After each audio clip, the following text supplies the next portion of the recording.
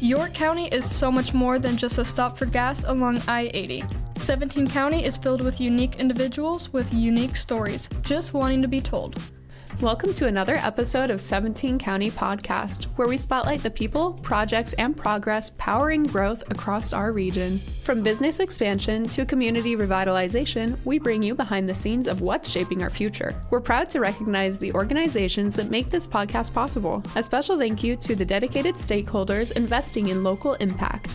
Central Valley Ag, Clutie Incorporated, Overland Ready Mix, Collins Aerospace, Meade Lumber Company, and Perennial Public Power District. We're also grateful for the continued support of our financial stakeholders, Henderson State Bank, Midwest Bank, and York State Bank, who help drive business sustainability across the county.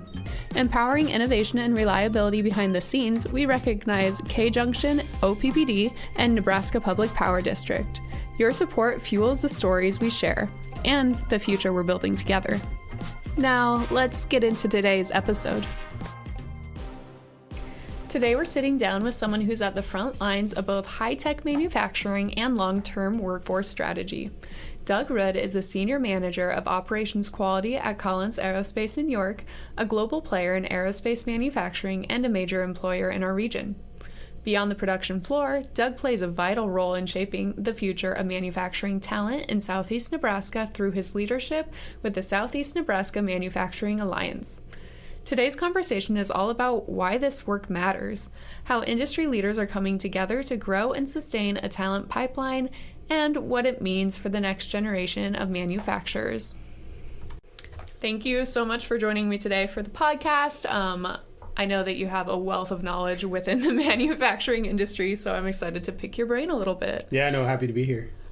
So I guess, first of all, let's talk a little bit about your career path, your experience. What led you to your current role at Collins? Yeah, I'll say it's being willing to say yes.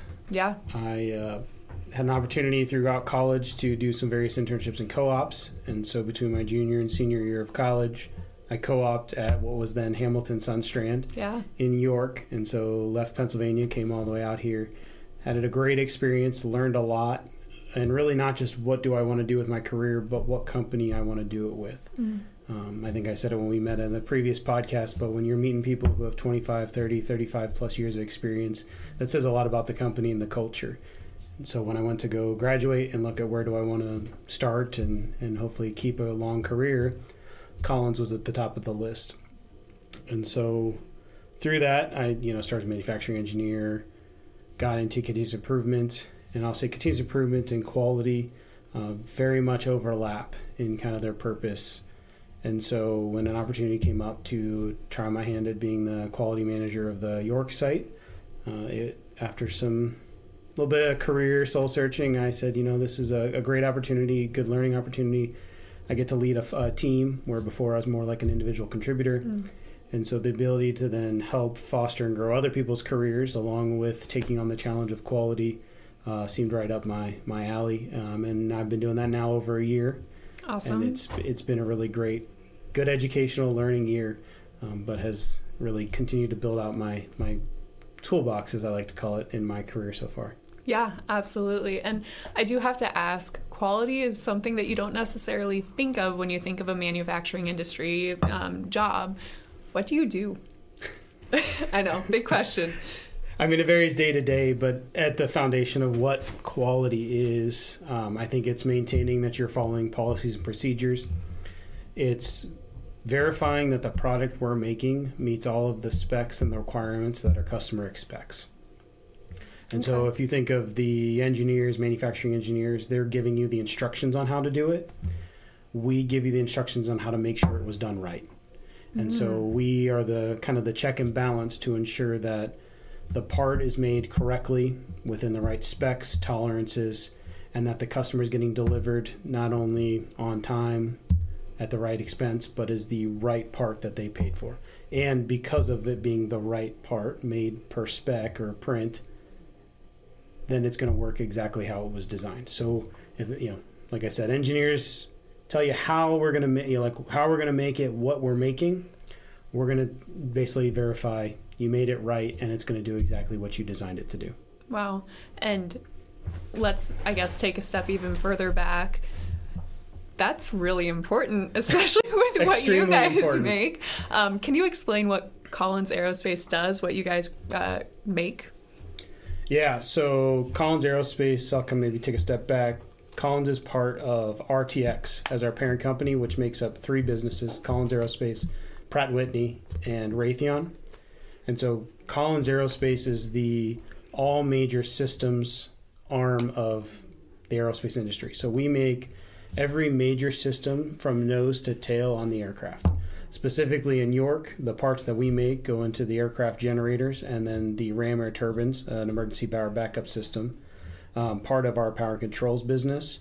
But there are sites around the world, I think over 250 for Collins, that make some major system, from the seats, lights, cockpit controls, sensors, radars, navigation, the nacelles that go around the engines, so the coverings. If you can think of it, we probably have a group or division inside Collins that makes that.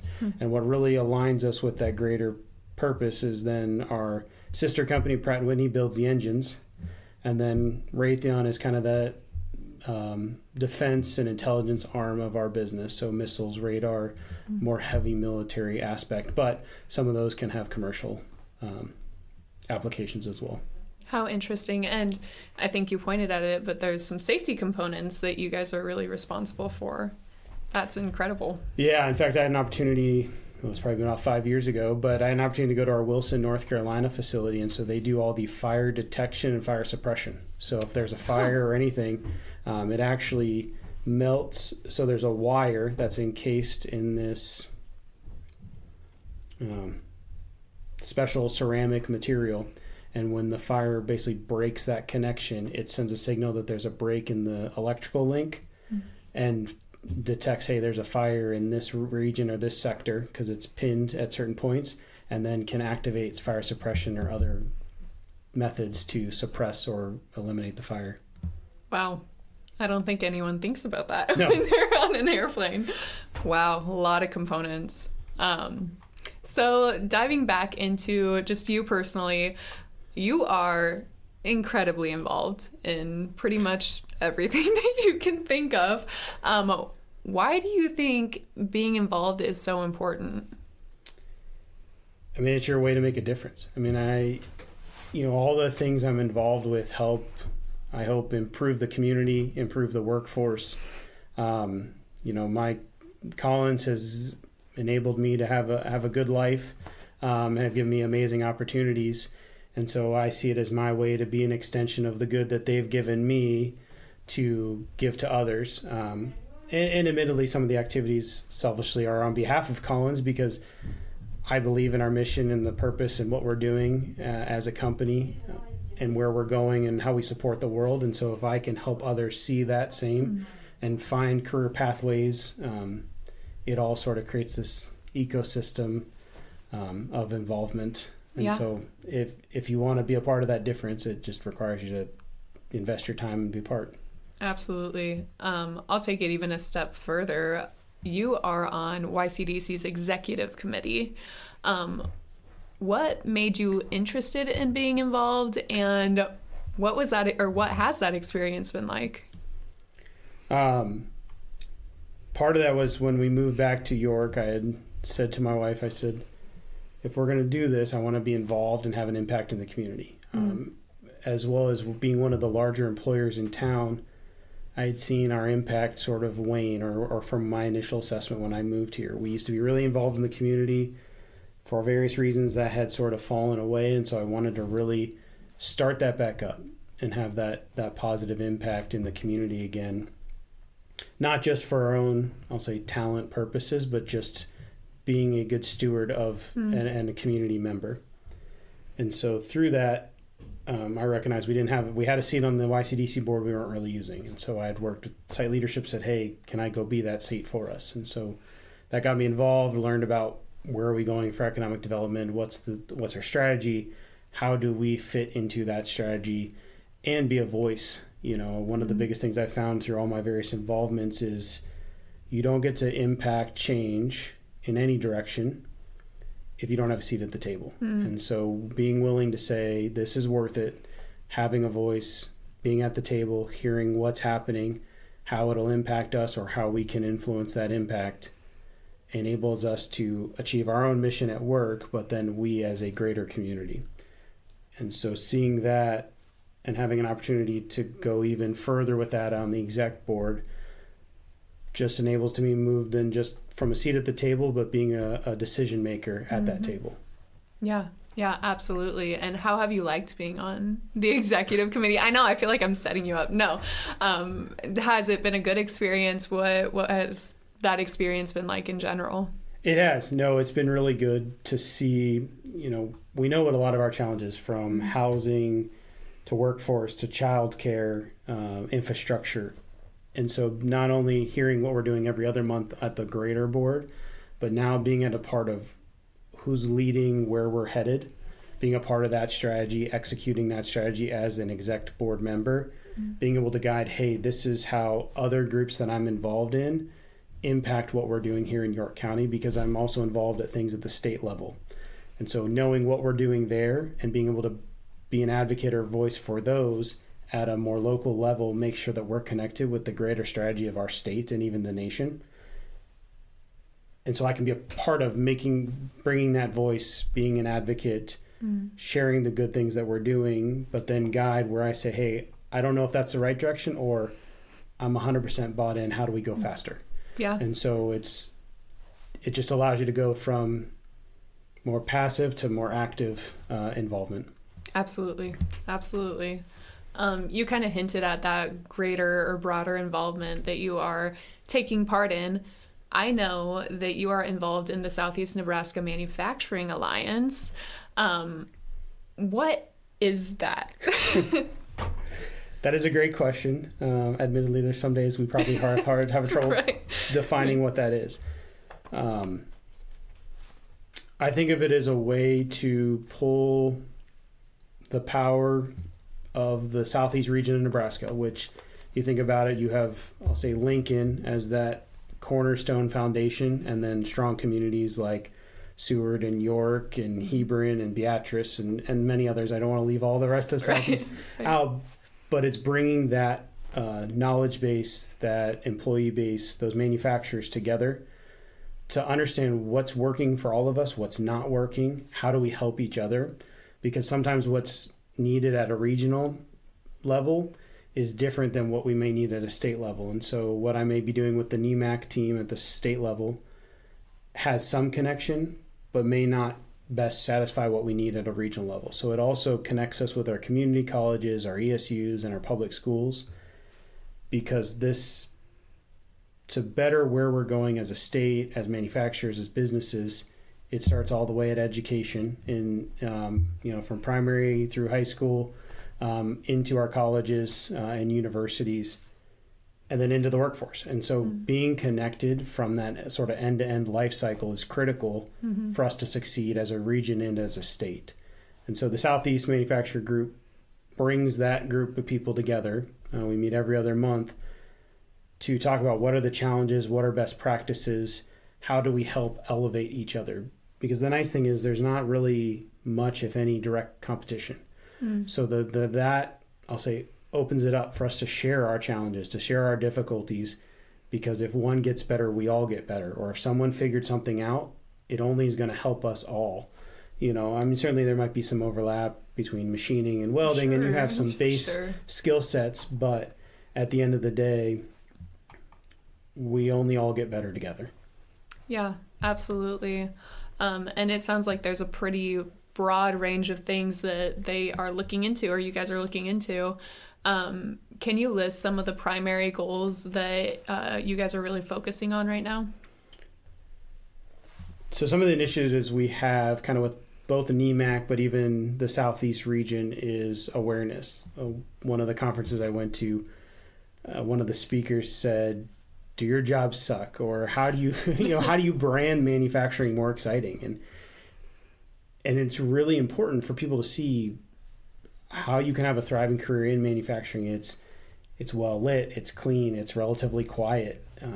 The past days of dark, dingy, dirty jobs are very far and few between. And it doesn't mean some don't exist, but It's much less than what it used to be 50, 60 more years ago, because we have tight tolerances, we have high standards. I mean, the requirements we have to meet today, and being in quality, are well beyond what they ever used to be. And so the awareness, I'll say, is the big thing. What can we make a positive impacts? And that's why we are starting to bring in students, teachers, educators. Opening our doors and being willing to see what we do, why we do it, how we do it is important to get excitement and interest in the fields of manufacturing. So that's, I'll say, step one, is bringing people awareness of what we do and why it's important. And then I think the next step is really going to be education and workforce development. And I think the two kind of work hand in hand. Yeah. So how are we opening the doors to get awareness, and then giving the information to parents and educators and counselors on what great careers and jobs look like in the manufacturing industry? And then the second part is, how do we develop and set them up for success to join that workforce? And so that's looking at credentialing, which is a huge thing that we're focused on, is developing manufacturing credentialing across the state. It's apprenticeships, and how do we help get employees in the door and then set them on a path where they can both go to school and learn the concepts and the education side of it, and then the other half of their week is spent doing the job and getting the practical experience at the same time. There's probably lots of other initiatives, but I would say it's getting people visible to manufacturers, where we are, what we do, and then developing that talent pipeline and giving them pathways for both career growth and then the education to do it. Absolutely. And let's dive a little bit more into that education aspect. I think that it's becoming more and more apparent that it's really important to train our next generation of manufacturing professionals. Why is it so important now? I feel like there's really an emphasis just on the past few years of getting people in the door. I don't think there's as many as there used to be. I like to call them the skilled professions. I've heard that term when we went to go visit Skills USA earlier this year, and I really like that because it isn't a trade. I'm not saying that's a bad term, but it's a profession. They are professionals. You have learned a skill, and you are a professional in the workforce. And I hope that helps people see why young professionals is not just for office workers. It is for anyone who's in the workforce. But there aren't as many. There was a period, I'll say, in the 90s and 2000s where counselors, parents said the only way to be successful in life is to go for a 4-year degree. And so we've now created a void of those who have learned those skilled professions and entered the workforce. And now we're seeing them getting ready to retire or later on in their careers, and no one quickly coming up behind. And so if you've ever tried calling an electrician or a plumber, sometimes you get someone the same day, sometimes it could be a week from now, and it's like, my pipe's broken now, I need help. Right. It's the same thing in, I'll say, manufacturing, when you're needing welders and machinists. In fact, SCC is about to or has just opened the nation's largest welding training center, and it's already full. Wow. Because that's how great the need is, as well as that awareness that the industry is starting to bring of these are good, high-skilled, high-paying jobs that then become long, fulfilling careers. Yeah, absolutely. And you kind of hinted at it, but what are some of the real consequences that can happen if we don't act now to really build that pipeline? Difficult meeting the need. You start to get into a whole, I don't want to get deep into economics, but you get into a supply and demand kind of issue of there's not a lot of workforce, but the demand is high. And so then that drives expenses, and you can kind of see where that spirals. As well as then you also start to lose knowledge, and then you get back into a whole learning curve, because if you don't have enough to start to learn from those who have done it for 30, 40 years, you will then sort of hit this knowledge desert, where then we lost the knowledge if we didn't do a good job retaining it or getting it transferred into the newer employees. And now you have to relearn things that some people spent 30 and 40 years figuring out. Yeah. And so that's why writing things down is super important. It seems silly, but I talk about standard work and documenting things, as a part of quality, but it's a good practice we should be doing regardless of what your job or function is. Yeah, absolutely. And I think that there's a lot of different skills that are needed in manufacturing in general. When you look at office and marketing, it's not just, your Absolutely. general laborers, right? You're right. I went to school for engineering, then I got a master's, but I work in the manufacturing field and I don't run a machine or turn a wrench, right.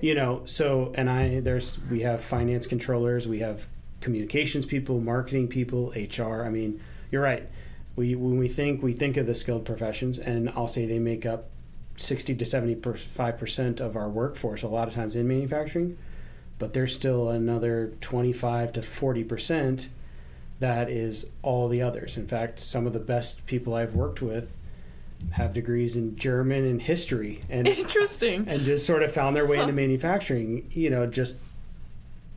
And it gets into who do we look for, and I'll say the more skills you can gain, the better successful you'll be. But when we do go to hire, or at least my focus on it is, I'll hire for attitude and train for skill.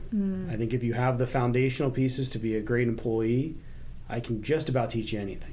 There's certain things like we have non-destructive testing. Okay, well, I need a certification. Yeah, right. There are certain, it's like being a doctor. There's certain things where you need that certificate, but a lot of times when we're looking for that workforce, it's, are we giving you the soft skills, professionalism skills to be successful? In fact, that's when we're working on the manufacturing credentialing, that is a whole skill topic, is about communication and professionalism in the workplace, because that is equally as critical as knowing, do you know how to measure this piece? Because if you can't communicate, if you can't work effectively with others, teaching you how to use a tool is not going to get you very far. Right. So let's actually dig into those soft skills a little bit. Let's say there's a high schooler listening to this podcast. So you hear soft skills time and time again, but what does that mean? Yeah, and I don't want to use generic terms. It is communication, but it's, I think it was important. My parents said, and I grew up in the 90s and 2000s, so I'm now starting to feel old, even though I'm still young. Yep. But if I wanted to, quote, unquote, schedule for my friend to come over, or if I needed to call someone, because I was heavily in Boy Scouts, if I needed to coordinate something for Boy Scouts, my parents said, okay, here's the number, here's who you're calling. Yep. Pick up the phone and call them. And so it's being able to not just text someone, hey, you want to come over later? I'm not saying you can't do that with your buddies. Like, I understand the world we live in today, but being willing to pick up the phone and have a conversation, walk down the hall to someone's office desk. If you're a student, go talk to your teacher and have an in-person conversation with them, or schedule time. I need to talk to you about X. Being able to have face-to-face or over-the-phone conversations is sadly becoming a dying art. Yeah. And not that written communications aren't equally as important, because they are. Being able to constructively write an email that gets your message across clearly and professionally is equally important, but it's being able to talk to people. And it's not just your friends, being able to talk to other adults. Once you enter the workforce, if you're 18, you're going to be working along people from 18 to 65. Right. And so you've got multiple generations, you've got different ways people like to communicate, and so you need to be as well versed in those various forms of communication, because each person, especially if, say, you're someone who wants to become a leader, a people leader, a manager, you need to tailor your leaderships. You have a foundation leadership style, but then you need to adjust it to your team to make sure that your expectations, your requirements are getting across to them. Some people will say, hey, I prefer to be messaged via IM. Perfect. Other people say, come talk to me face to face. That's how I receive the message. And so you need to be able to communicate in all those forms. So I don't want to beat communication, but it's one of those critical foundational things. I think it's then a good attitude, being willing to learn, being willing to say yes. I think there's appropriate ways to say no, but I think when you're starting and entering the workforce, if your boss says, hey, I have you working on this machine, but I need someone to run this machine, go say yes. okay, yeah, you may have been happy where you were at, but by willing to say yes, you're going to see someone who's willing to help out, jump in, learn something new. And the more you learn, the more valuable and I'll say skill set you gain to move up and improve yourself in your job or your career. And then being punctual. I mean, being on time, knowing respectful use of technology. We actually had to add that as a team rule, as far as the team norms of how do we work better as a team, of know when to put the phone away, when, I get we're all way too connected. I carry 2 cell phones and a smartwatch and, I've got way too many devices. And there's times where I know when they need to stay in the pocket, they need to stay away if I want to be engaged in what I'm doing and the conversation I'm having. And then there's other times where I need to utilize those tools for the job at hand. But that gets back to, know when to use technology. Cell phone usage can sometimes be a challenge, with newer employees. Being on time, staying till the job is done, or, at least till you feel like I've handed it off to the next shift. So it's just those general work ethic things that help people be successful. Being willing to ask questions. Don't just assume. Yeah. Being inquisitive. It's... If you can get along with others and show that you're willing to work hard, learn how to do it the right way, those are the skills that people are looking. Mm-hmm. I like to call it one of my interview. It's not really a question, but it's a way I gauge if I think this will go well. Is could I take you to lunch and sit and we could have a 45-minute or an hour lunch and have a great conversation and get along. And that tells me whether we're going to work together. Because if you can hold a conversation, and I'm not talking just small talk, but I mean, if we can hold a conversation, if we can communicate, and we leave, hey, that was a great lunch, I got to know someone better, I will more likely, that's my gauge of if I interact with you and I was like, I would like to have lunch with this person to get to know them better. You're probably more likely to be at the top of my list than someone who's like, all right, well, they may have the skills, but I couldn't talk to them for more than 2 minutes. And they may not be a good fit. I know it sounds weird, and that's just my personal... Every manager does a little look, but it's I hire for attitude, train for skill. Yeah. And again, absolutely. That's my perspective. There's probably others that look at it differently, Yeah, and I do think that's common across the board. I think a lot of our manufacturers nowadays, if you ask them what they're looking for, they say those soft skills. So I think that's pretty common.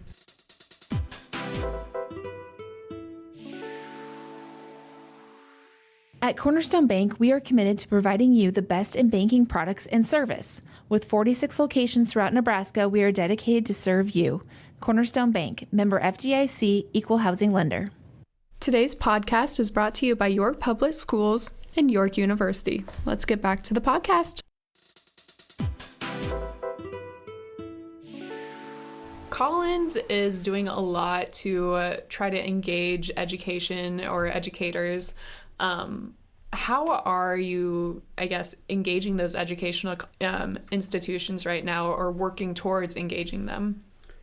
Yeah, so I say it's through a multitude of things. Talent development, talent pipelines is not one size fit all, or let alone a one stop. It's you almost have to play the long game a little bit. And I'll say, especially in a smaller community like York, when there isn't as much talent, but you are a key employer, and so how do you get people excited, not only to help your business, but that ultimately helps the whole community?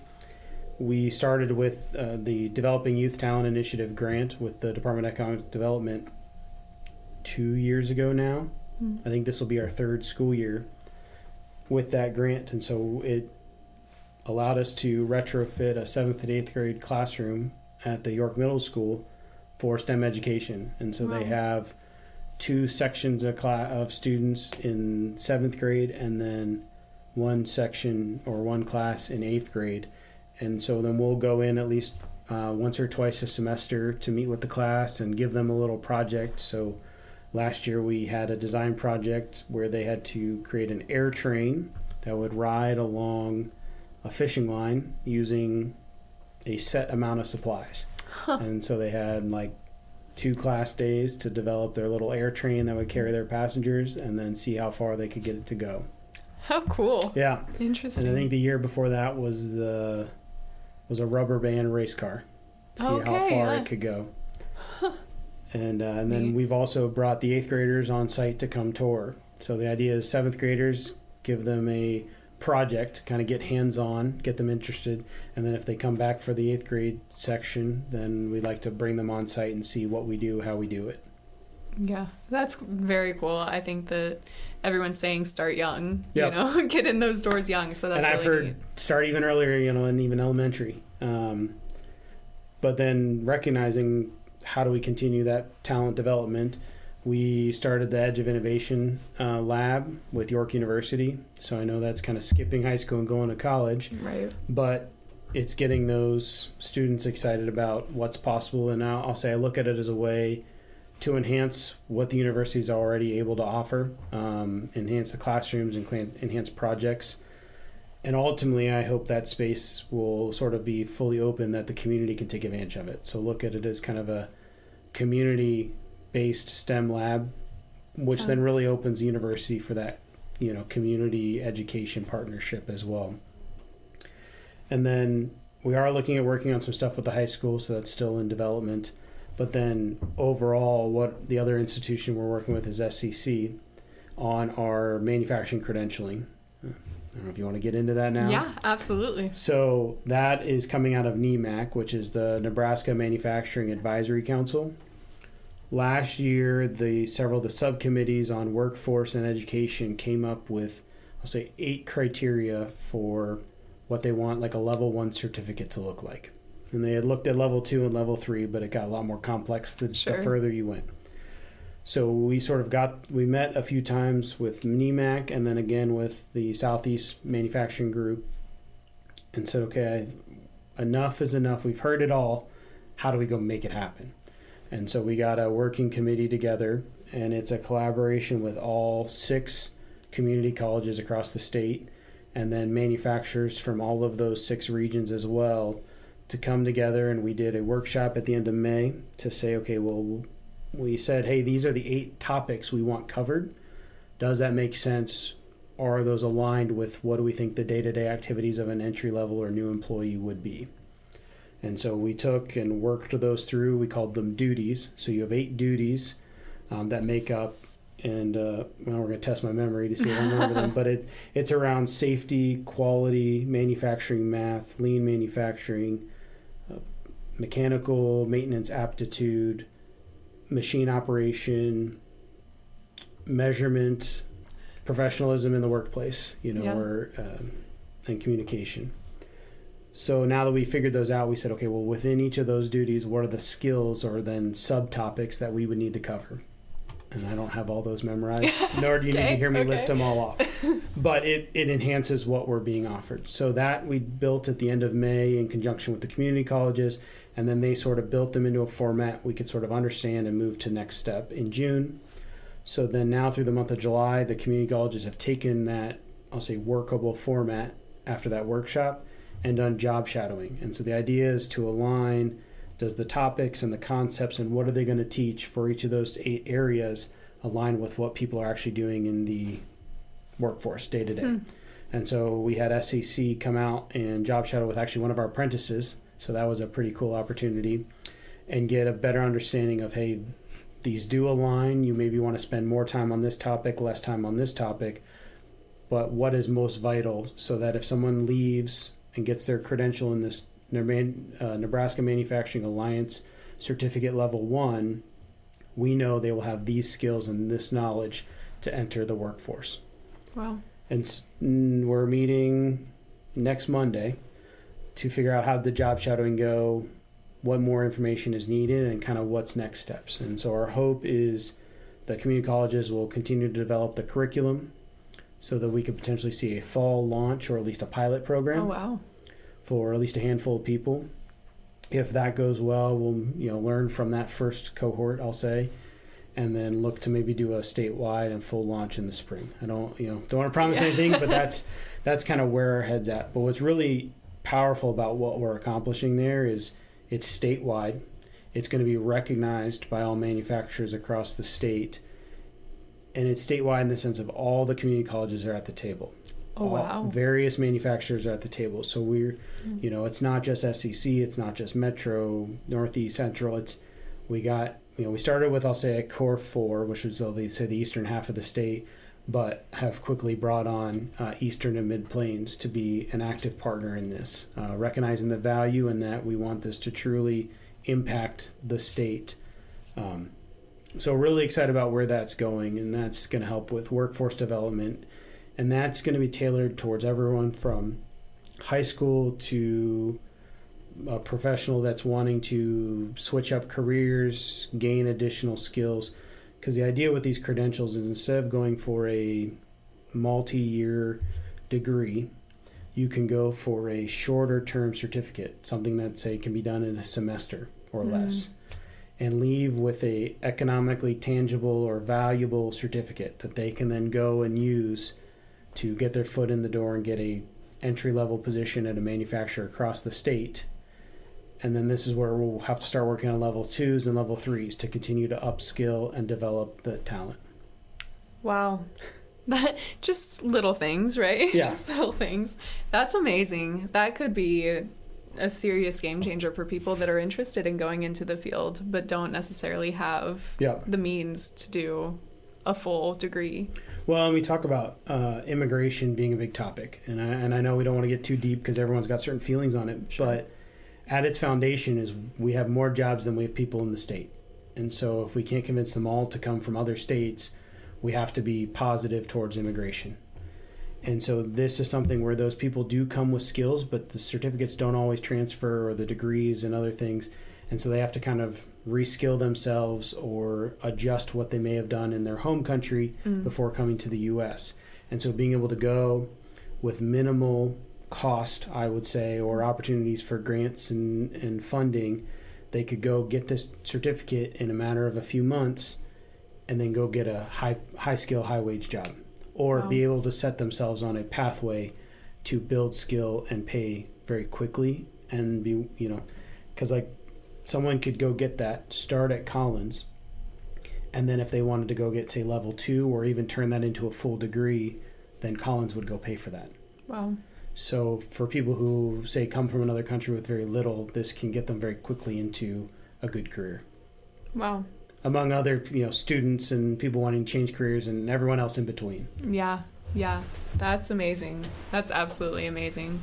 And hopefully we'll see the pilot go out in the fall. Knock on wood. But yeah, no, that's amazing. How long have you guys been working towards this goal? As Collins, or you're saying as NEMAC? Do you know if I ask as NEMAC? I'm sure it's probably as NEMAC. A long time. I would say it's probably been in talks for the better part of a year, if not 2, in some capacity. And that could be probably from the idea in someone's head. So to see it come to fruition, even from the first time I saw it last fall, thinking what we've accomplished in the last 8, almost 12 months is pretty incredible. Yeah, absolutely. And all the people that are mobilized behind it is inspiring, really. So before we move on to just like the fun, quick fire, hot potato type questions, do you have any lasting words of wisdom for anyone who's listening? It's a great question. I have wisdom in a little bit of everything. Oh boy. Might not all be wise, but no, I think it's, I know this is going to come out in Manufacturing Month, but I think it's, if you don't know much about manufacturing, go educate yourself. Go find a way to go visit, connect with someone in manufacturing, even if it's not your interest, just to go learn. Because in the state of Nebraska, manufacturing is the #1 GDP industry. Wow. It goes manufacturing, finance and insurance, and then ag, and I can't remember what it kind of goes back and forth. We've been 1 or 2 more, usually 1 more years since 97. So I think for the last, almost 30 years, manufacturing's been number one in the state. And I think it's not always known. Yeah. And there's also a lot of blur. It's in the sense of, we talk about ag maybe being 3 or 4 when that feels like it's number one. But I'll say there's a lot of overlap. The meat processing plants, I think of Case in IH in Grand Island, and other ag, even agri-products here in town, CVA, those are all both STEM careers and manufacturers. And so there's a lot of overlap between manufacturing and ag, because I know those are very proud legacies of this state. Yeah. And so I don't want to discount any of that, but go learn about what we're doing. Another thing, the state chamber is doing some pretty incredible things through their foundation. And so if you haven't checked out some of the studies that they've been doing, they have done studies on manufacturing, immigration, economic development, energy, taxes, and childcare. And I think they're about to do another one, kind of a part 2 on their energy and infrastructure. But looking at those, where they're going, the information they're pulling, think of them like the truth arm of the chamber and even the legislature, because now we can arm our decision makers at the Capitol in Lincoln and even those in Washington with that, I'll say, non-biased or bipartisan information to go make data-driven and informed decisions that are going to help our state, our country. And so that's another good thing I'll point people to. And in October, if you're looking for things to, feel the essence of Manufacturing Month, and then if you're a parent looking to this, encourage your kids to go on the tour if your school is offering that. Go see a manufacturer, see what we do. Maybe it's not where they want to go, but it's still eye-opening about what's sometimes just in your backyard.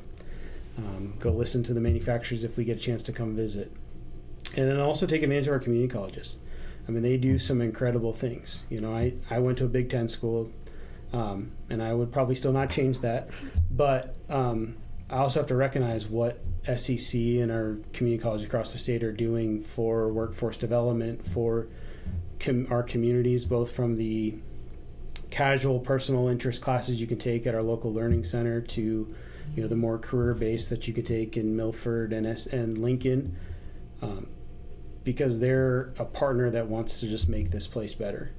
I remember the local community college from where I grew up had summer camps that got me interested in STEM and engineering, long before I realized that's exactly what I wanted to do. And so what SEC can offer, encourage your kids to go check that out. They have a great facility. If you haven't been onto their campus in Lincoln, we're going to go visit it in September for our manufacturing partner group, and see the new welding center, go see the technology center. And I'm pretty excited to go see that because they're willing to invest in their communities in this region of the state to be better. So I know I probably rambled and more wisdom than needed, but there's so much. It's take advantage of being Manufacturing Month and go at least learn something about manufacturing, even if it's right in your backyard. Absolutely. And if you're listening to this and you want to tour a facility or talk to a manufacturer or talk to Doug, you can reach out to the YCDC and we can help set something up. We might have some tours and stuff going on that you can hop in on. So don't be afraid to reach out. Now we're going to get into the really fun stuff, right? Okay. So, I'm going to skip around, keep you on your toes. That works. Favorite tool or piece of tech that you've worked with at Collins? I know it's the hot topic right now, but I'm pretty excited about what AI is going to be able to do. And actually, the piece of software I could say is FlightAware. I actually haven't done a lot of it specifically with work, but Collins owns FlightAware, which means I have an enterprise license. So, for example, the fun thing I got to do with it connected to work is, so Matt Rule came and spoke at the Leadership York graduation, and because of some tight scheduling, had to take a helicopter to visit. And no one knew exactly when he was going to show up on the helicopter. And I'm like, I'm the guy who works in aerospace. I can tell you. And I could pull it up on my phone and track his helicopter for when it was going to land. So we were ready for him to come visit. Interesting. But that was neat because at the end of the day, that was a Collins piece of software and technology that I got to use sort of for fun in my day-to-day life. But like specifically at work, I mean, I talk about AI in the sense of we're using it not quite specifically at York, but we as Collins for predictive analytics. How do we help airlines and air traffic better handle all of the increased traffic across the country? How do we help predict maintenance? Not only when is it needed, but when can you extend it? When do you need to shorten it? And so then you have less downtime, less issues, so your flights can get off on time and land on time. And so being able to add, I'll say, that intelligence to the data that we're already collecting, I'm super excited about where that's going. We're looking at how to incorporate robotics, but we're also looking at like multi-axis equipment. So now in machining, we're looking at 5 and 6 pieces of equipment that can take machining times from 30, 45 an hour down to 10 minutes, 15 minutes, and if not less. And so it's being able to leverage the technology in our equipment to do our jobs more effectively, take on more demand. I mean, air traffic is only increasing in demand. And so being able to prepare ourselves, not just our workforce, but our equipment that our workforce uses is pretty awesome to see that come to fruition. Wow. I'm going to get way off topic here because I just realized we didn't talk about it and I want to. That's okay. You are super involved with young professionals. Oh, yeah. We have to touch on that. What is it and who should become involved?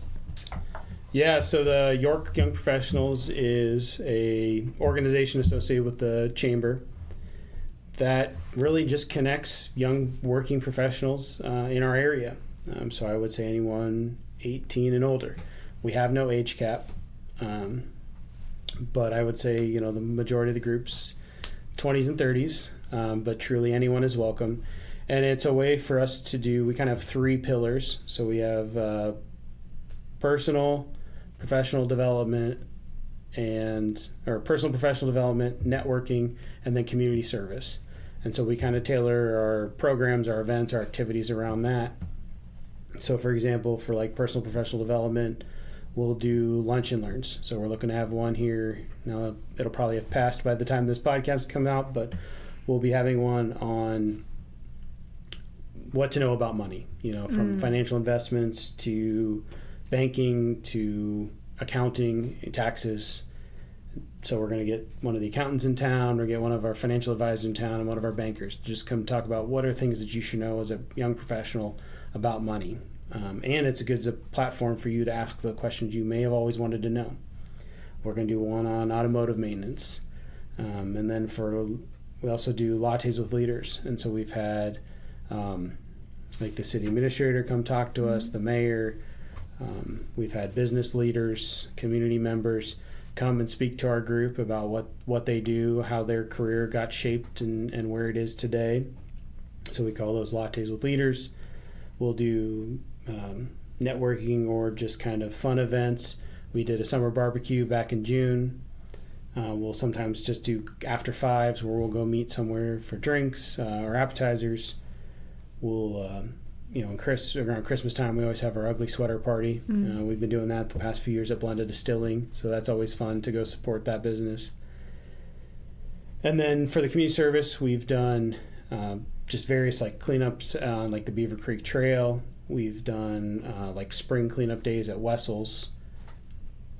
We're always looking for other community involvement stuff, and many of the, I'll say, members of Young Professionals are also involved on various boards and groups, and so naturally just our involvement sort of involves Young Professionals in community activities and volunteering. But it's really anyone that's interested, new to town, just starting a career, wants to meet others, sort of set roots. But I mean, it's been great for, Caitlin and I, we moved here 4 years ago to meet other people, to make connections. Through those people helped us establish a bank, find a lawyer, find a realtor. I mean, and so it gets you connected with people that help sort of make, especially if you're not from here, make this truly home and get those connections put in place. Because now, I'll be involved in Young Professionals into the future, but recognizing I'm probably getting towards the tail end of the group, those friendships and connections I've made will continue on long after I'm maybe a very active member in Young Professionals. Yeah, that's amazing. And as someone who has taken part in York Olympics this year, It's a blast. It's so much fun. Everyone is so kind, and everyone's so non-judgmental, because sometimes you make a little bit of a fool of yourself. But it's a really fun time, so definitely recommend it. Back into manufacturing, what is one thing that people get wrong about manufacturing?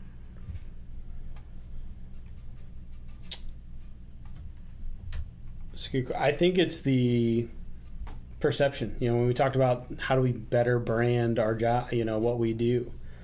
When people come in, one, they don't realize what's sometimes made in their backyard. But it's also how high tech, how clean, how quiet, how bright, and certainly every facility is different. I got a chance to go up to Norfolk and visit Nucor Steel.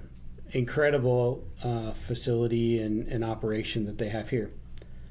Not as clean and bright, but it's steel manufacturing. It's so different. Of course it's going to, so it's going to be different, but the technology, the safety, the procedures, all the compliance that they need to follow, I think is found. Not that people think of manufacturing as unsafe, but I would say what we've done as an industry to keep people safe, to set them up for success, I don't think is maybe as well known, or we talk about it when people come visit, but I don't know if we tout it as much as we should, of how safe our jobs are, and that's at the forefront before we do anything. The first thing we talk about every day, the first thing we focus on for any job is, are we able to do it safely and allow you to return home the same way you came in, if not better. And so I think maybe safety, and then just how cool our jobs are. I think, again, people think factory and dirty, dark, dingy jobs, and it's not. Manufacturing has changed and evolved like anything else. Absolutely. So there's one question on here that I'm going to change, so bear with me. You are, like we stated earlier, incredibly busy. You have a lot on your plate. What is your go-to way to relax at the end of the day? Oh. If you get to relax. Yeah. That's a great question. Because some days I feel like it's just nonstop running till all you the time. Sleep. Yeah. I probably watch way more TV than I should. Hey, that's a way to relax. I still do my photography, so I still get involved doing that, which is still busy, but somewhat relaxing at the same time. Okay. I occasionally build Legos. I haven't done as much of that as recently, but I still have, my house is filled with Lego sets. Absolutely. So I don't know. Mac and I go for a walk and I listen to podcasts. So sometimes that'll help. We do. Okay. I have to point out, Mac is famous here in town. Do you want to tell us who that is? Mac is Caitlin and I's golden retriever, and we are the owners of Mac's Golden Grounds, the coffee shop in downtown York. So he is the most popular mascot in town that no one actually gets to really meet, because he's like 2 years old and a ball full of energy. I love it. And something about health code, he can't come in the store. Yeah, probably wise. Details. Yeah, little details. Okay, well, I think that we are going to wrap it up. Thank you so much for sitting down and talking with me. A lot going on, a lot to look out for, a lot of really cool things coming our way. Do you have, once again, any last final plug before we leave? No, I really think I covered it all. I mean, we could probably talk for hours, but I think there's a lot of exciting things going across the state in the world of manufacturing. So I think getting involved, listening about it, getting your kids involved if you're a parent, and tell them, hey, it can be a great, fulfilling career. You should at least go check it out. Even if it's not the perfect fit, it's better to at least learn what you like or don't like as much as what you do like. So take this month to at least hear someone out, go see something. But I'll say the the state of Nebraska is headed in a great direction, and I'm excited about all the things we're doing, from workforce development to housing to childcare and economic development and everything in between. So pay attention, listen, get involved, because we're going places, and I'm excited to see where it goes. Absolutely. Well, thank you so much again. We will keep our eyes open for what comes next, and we'll catch you next time. Sounds good. That's a wrap on another episode of the 17 County Podcast. As always, thank you for joining us to explore the business leaders, community champions, and transformational efforts shaping our regional economy. A final word of appreciation to our stakeholders: Central Valley Ag, Clutie Inc., Overland Ready Mixed, Collins Aerospace, Meade Lumber Company, Perennial Public Power District, Henderson State Bank, Midwest Bank, York State Bank, K-Junction OPPD, and Nebraska Public Power District. Your investment doesn't just support this podcast, it strengthens York County's momentum in innovation, growth, and long-term resilience. Until next time, stay engaged, stay informed, and continue supporting the businesses and partners that make our communities thrive.